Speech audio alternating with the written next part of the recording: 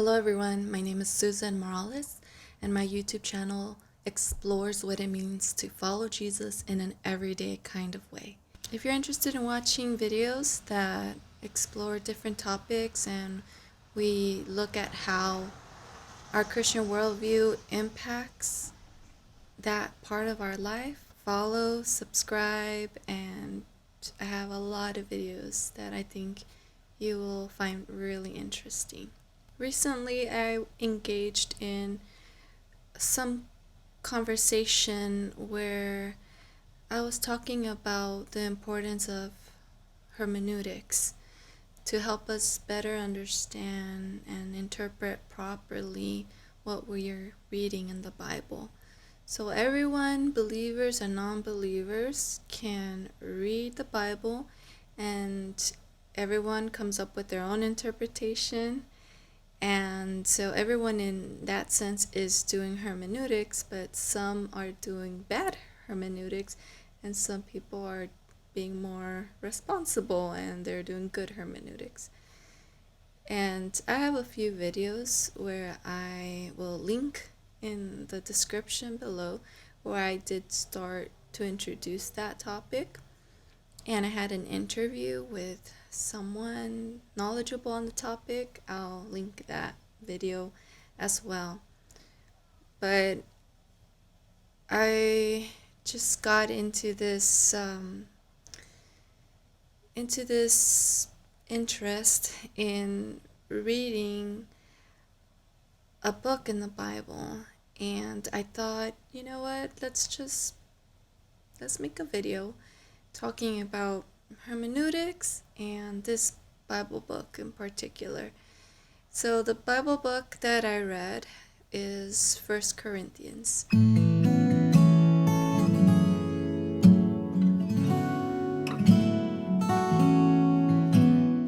And it has 16 chapters, and I think it might have been my first time reading that particular book from start to finish. I've read it in the past, but maybe 5 chapters one day and so forth.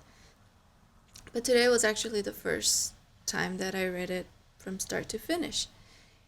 It took me an hour or two to complete it.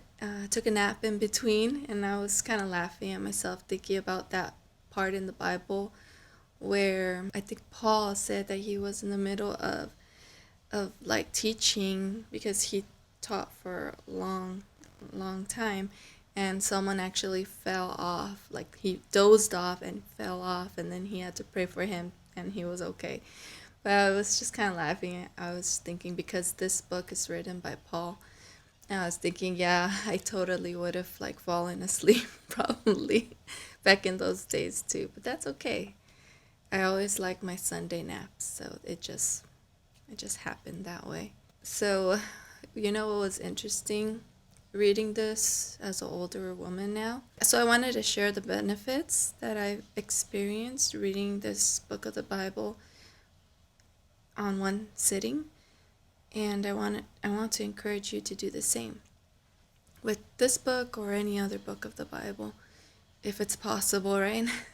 There are some books that are longer. So something that I didn't expect that I was going to benefit from reading it completely like that is that I read the NIV version, just in case anyone is wondering. I felt like, since I read it from start to finish, I felt like I was able to connect with his personality a little bit. It was kind of funny, like there were some parts where he just seemed so human, not like this amazing Bible teacher, but he seemed so like this is his life, and just just a real person. He seemed like a real person.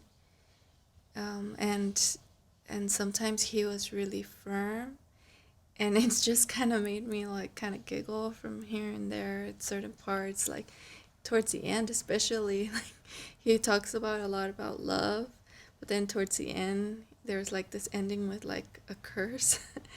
And so it's just like, wow. um, Little things here and there.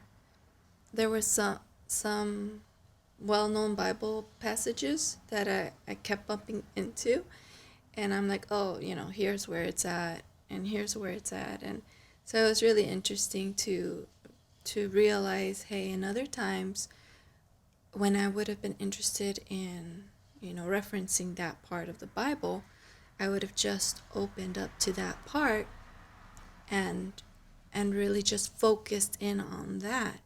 But it's so interesting to actually like read that, but the beginning and the end, and it kind of makes those secondary issues seem not so combative. You know what I mean? As they are when we just like zone in onto it. So if we were to have a conversation of the whole book of First Corinthians, it probably would look very different from if we were to have a conversation of just like one part. Like, for example, there was the topic of women being silent. There was the part of the gifts of the Spirit. So those in particular caught my attention. The passages about love. What else?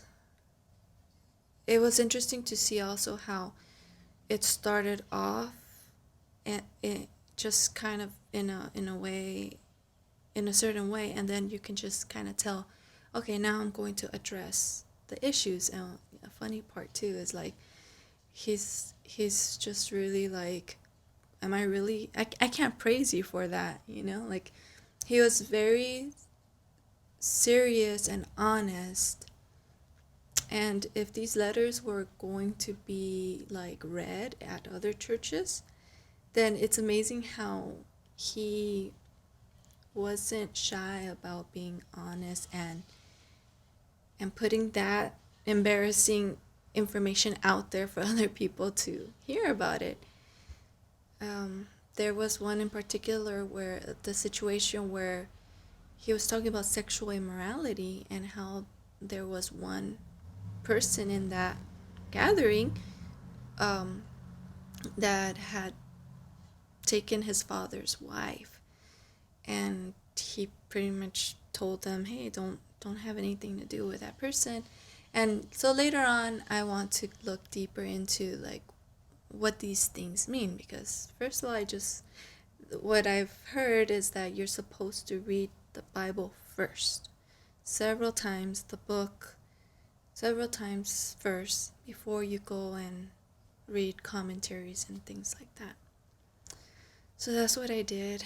There was another thing to like communion, which I always hear, make sure that you prepare yourself before you have this. And there was a little part that he said, I'll give you more instructions when I come. And to that part, I'm like, oh man, because like, do we have that information? Like, I wonder. There's a second book of the Corinthians, so that will be the next one that I'll be reading. But I think I'll start learning this book first, and then I'll just start the process over with the next book. Those are my thoughts, my, so to speak, first impressions of First Corinthians. And I hope that I encourage you to do the same, to try this out. I can see your love now. I can see how you gave your son for me. I can see your love now. I can see how you died for my place. I can see your love now. You're coming back for me someday.